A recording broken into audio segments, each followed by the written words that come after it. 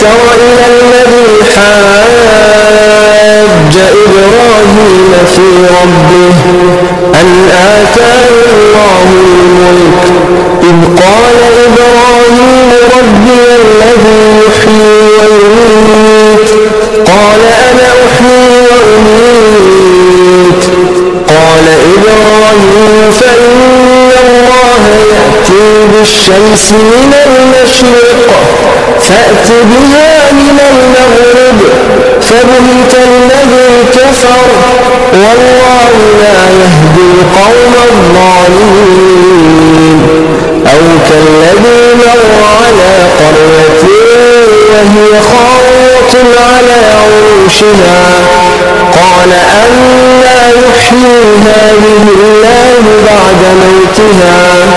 فأماته الله 100 عام ثم بعثه قال كم لبثت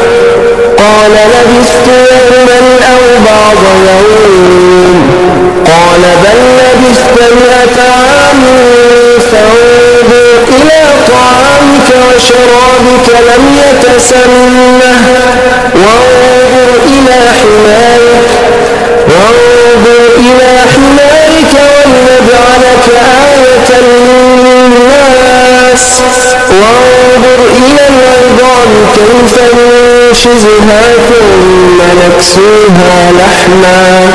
فلما تبين له قال أعلم أن الله على كل شيء قدير وإذ قال إبراهيم رب أرني كيف تحيي الموتى قال أولم تؤمن قال بلى